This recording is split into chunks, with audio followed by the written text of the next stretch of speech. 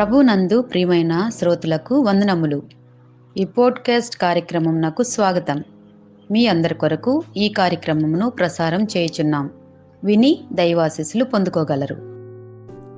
ప్రభునందు నా ప్రియమైన దేవుని బిడ్డలారా, మీకందరికీ ప్రభు పేరిట ప్రేమతో వందనములు తెలియజేస్తూ ఉన్నాను. ఈరోజు యొక్క topic living faithfully for the Lord. ప్రభు కోసం విశ్వాసపూర్వకంగా జీవించటం. ప్రతి విశ్వాసి, స్త్రీ పురుషులను భేదము లేకుండా ప్రతి వారిలో ఉండవలసినటువంటి ఒక విలువైన అపురూపమైనటువంటి గుణలక్షణం అదేంటంటే విశ్వాసం. విశ్వాసము లేకుండా ఎవరిని కూడా ప్రభువును చూడలేము. కాబట్టి ఇంతవరకు ఒకవేళ మనం అవిశ్వాసులముగా జీవించి ఉంటే నేటి నుండైనా ప్రభు యొక్క మహాశక్తిని తెలుసుకొని విశ్వాసులముగా మారేదానికి ప్రయత్నం చేద్దాం. మనకు ఒక రాజు కనిపిస్తాడు. 2 Kings చాప్టర్ 18:5లో అక్కడ రాజైన హిజ్కియాను మనం చూస్తాం. ఇశ్రాయేలు దేవుడైన యెహోవా యందు విశ్వాసం ఉంచిన వాడు, అతని తర్వాత వచ్చిన యూదా రాజులలో, అతని పూర్వీకుల రాజులలోనూ అతనితో సమమైన వాడు ఒక్కడునూ లేడు. యూదులను పరిపాలిస్తున్నటువంటి 13th కింగ్, 13వ రాజు ఈ యొక్క హిజ్కియా. ఈయన రాజ్యాన్ని అధిష్ఠించిన తర్వాత దేవుని మందిరపు ద్వారంలోనే తెరచి చెడిపోయినటువంటి వాటిని బాగు చేసి లేవీలైనటువంటి గాయకులను ఏర్పరిచి అక్కడ దేవునికి మహిమకరంగా కార్యములు జరిగించే విధంగా అతడు చట్టాన్ని తీసుకుని వచ్చాడు. ప్రాముఖ్యంగా ఈయన గురించి ఈ 2వ రాజులు 18:5లో ఏమంటాడంటే, యెహోవా యందు విశ్వాసముంచిన వాడు, భూరాజులలో ఎవరునూ ఆయనకు సమమైన వాడు లేరంట. నా ప్రియమైన దేవుని బిడ్డలారా, నీవు ప్రభునందు విశ్వాసం ఉంచితే ఈ లోకంలో అవిశ్వాసులైన ఎంత మంది ఉన్నా వారెవ్వరు కూడా నీకు సమమైన వారు కాదు సుమా. మరి నీవు విశ్వాసివేనా? విశ్వాసివైతే నీకు దేవుడిచ్చే స్థానం చాలా గొప్పది. యెషయా గ్రంథం 26:3 ఐజయా 26:3 అంటాడు, ఎవని మనస్సు నీ మీద ఆనుకొనును వానిని నీవు పూర్ణ శాంతి గలవానిదిగా కాపాడదు. ఎలయనగా అతడు నీ యందు విశ్వాసముంచినటువంటి వాడు. ఎవరమైతే మనలో దేవుని మీద ఆధారపడతామో, దేవుణ్ణి ఆనుకొని ఉంటామో, పూర్ణ శాంతి గలవానిగా కదండి. దేవుని దగ్గరికి వచ్చి ఏ బిడ్డను కూడా దేవుడు అసంపూర్ణంగా పంపించే దేవుడు కాడు. పూర్ణ శాంతి గలవానిగా కాపాడుతాడు. కాబట్టి ఆయన ఇచ్చినటువంటి విశ్వాసమును బట్టి మనల్ని బలపరిచేటటువంటి దేవుడై ఉన్నాడు.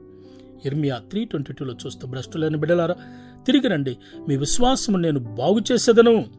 ఎక్కడైనా మీ విశ్వాసంలో అవకతవకలు ఉన్నాయేమో కదా, దాన్ని నేను బాగు చేస్తాను, రిపేర్ చేస్తాను, బాగు చేస్తాను. నీవే మా దేవుడవు, యెహోవావు, మీ వద్దకు మేము వచ్చుచున్నామని మీరు తెలుసుకోవాలంటే మీ విశ్వాసం నేను బాగు చేస్తాను. భ్రష్టులకు బిడ్డలారా తిరిగి రండి అని ఇర్మియా యూదులను ఉద్దేశించి ఈ మాట చెప్తున్నాడు.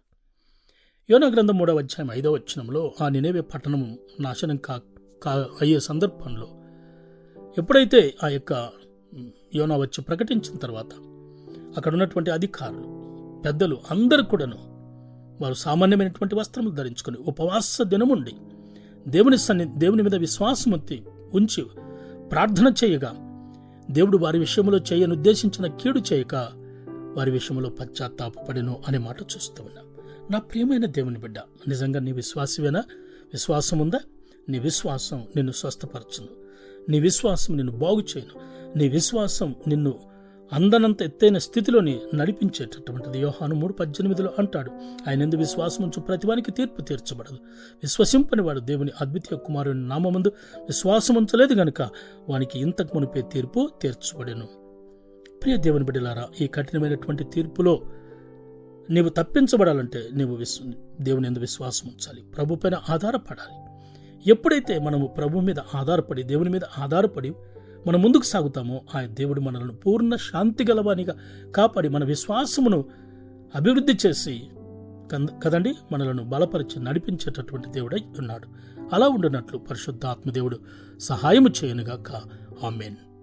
ఈ కార్యక్రమమును గూర్చి మీ సలహాలు మరియు మీ ప్రార్థనా అవసరతల కొరకు మమ్మను సంప్రదించవలసిన మా ఫోన్ నంబర్ 9448508539 మరియు ఈమెయిల్ ఐడి info@fibaonline.org.